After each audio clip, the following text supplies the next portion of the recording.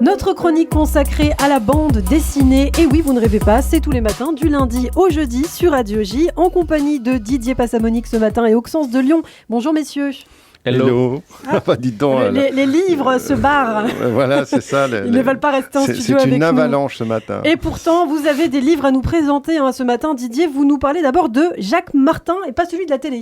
Mais non, il s'agit d'une des grandes figures de l'école de Bruxelles de bande dessinée. D'ailleurs, le terme d'école de Bruxelles, c'est Jacques Martin lui-même qui l'a forgé. Il s'agit de Jacques Martin, le créateur du Gaulois Alix et de la série Guy Lefranc, qui sont publiés chez Casterman.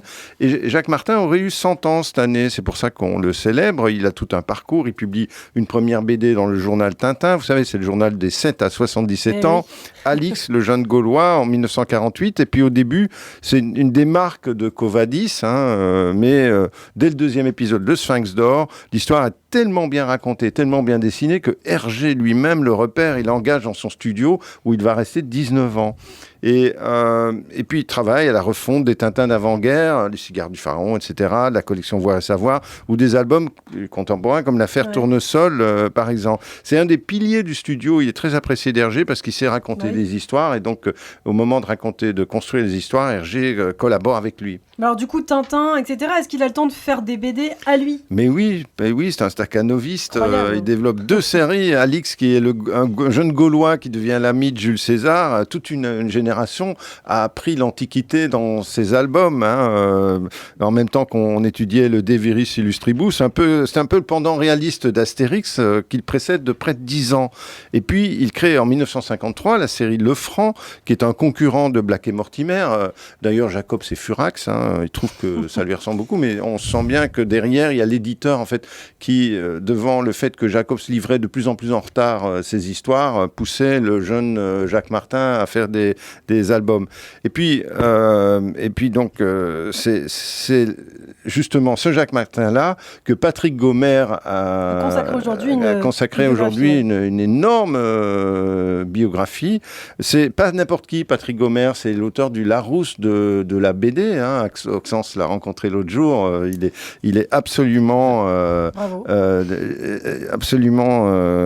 c'est un encyclopédiste vraiment. Donc il a travaillé de ce livre vraiment sur le détail, sur les archives familiales de Jacques Martin. Oui, c'est tout sur Jacques Martin, quoi. C'est une petite merveille et ça fait 420 pages. C'est un livre qui pèse lourd et c'est un objet contondant.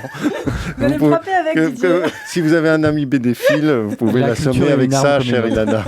Merci beaucoup Didier Passamonique. C'est donc Le Voyageur du Temps, Jacques Martin de Patrick Gomer aux éditions Casterman. Voilà. Alors, on parle d'un tout autre sujet, une toute autre ambiance avec vous, Auxence de Lyon. Il y a quelques semaines, souvenez-vous, vous nous parliez à l'antenne de la collection Disney de chez Glénat. Alors, après Donald Duck, c'est aujourd'hui Mickey qui nous intéresse. Très juste, et oui. Mickey Mouse. 14e tome déjà de Mickey Mouse, qu'on va suivre à une époque médiévale où il vit paisiblement dans sa maison forestière avec ses amis, Minnie, Dingo, et son vieil ami Clodomir, le sorcier célibataire. Ça a son importance dans l'histoire. D'accord. Qui est très sympathique, ma foi, même s'il a tendance à s'en mêler un peu les potions. Mais un jour, le vieil ennemi patibulaire va apprendre que Clodomir a une potion pour se démultiplier et va s'en servir pour ligoter le dragon du coin et lui voler son trésor. Donc à charge pour Mickey, ses compères, de corriger les voleurs. Et personnellement, même si je trouve qu'il n'a pas le charisme d'un Donald Duck, Mickey s'en sort par l'humour absurde et assez inhabituel que lui ont conféré les 2 auteurs dans un style vintage. Team Donald Duck ou plutôt Team Mickey, quoi. Vous êtes plutôt Team Mickey ? Je suis Donald Duck. Donald Duck aussi. Donald Duck à fond. Moi, j'aime bien Mickey. Comme ça balance. C'est Minnie ou Mickey ? Mickey. Oui, mais Minnie plutôt. Ah non, moi Mickey, j'aime bien aussi. Mickey, d'accord. Bon, en tout cas, la recette Auxence fonctionne toujours aussi bien. Oui, en tout cas, c'est vrai que ça fonctionne quand même grâce au talent de conteur de Jean-Luc Cornette, qui va de ses petites répliques qui tuent et son grand sens du n'importe quoi, surtout dans chaque planche. Et il est associé à Thierry Martin, donc au dessin, qui va alterner des gaufriers et des pleines pages remplies de jeux visuels. Ouais. Et 2 auteurs Martin. Ouais. Un autre Martin, oui, Ouais. c'est ça. Il est Martin partout dans la BD. Donc les deux auteurs quand même sont respectueux du matériau d'origine, mais apportent leur petite patte post-moderne et pleine d'hommages bien sentis.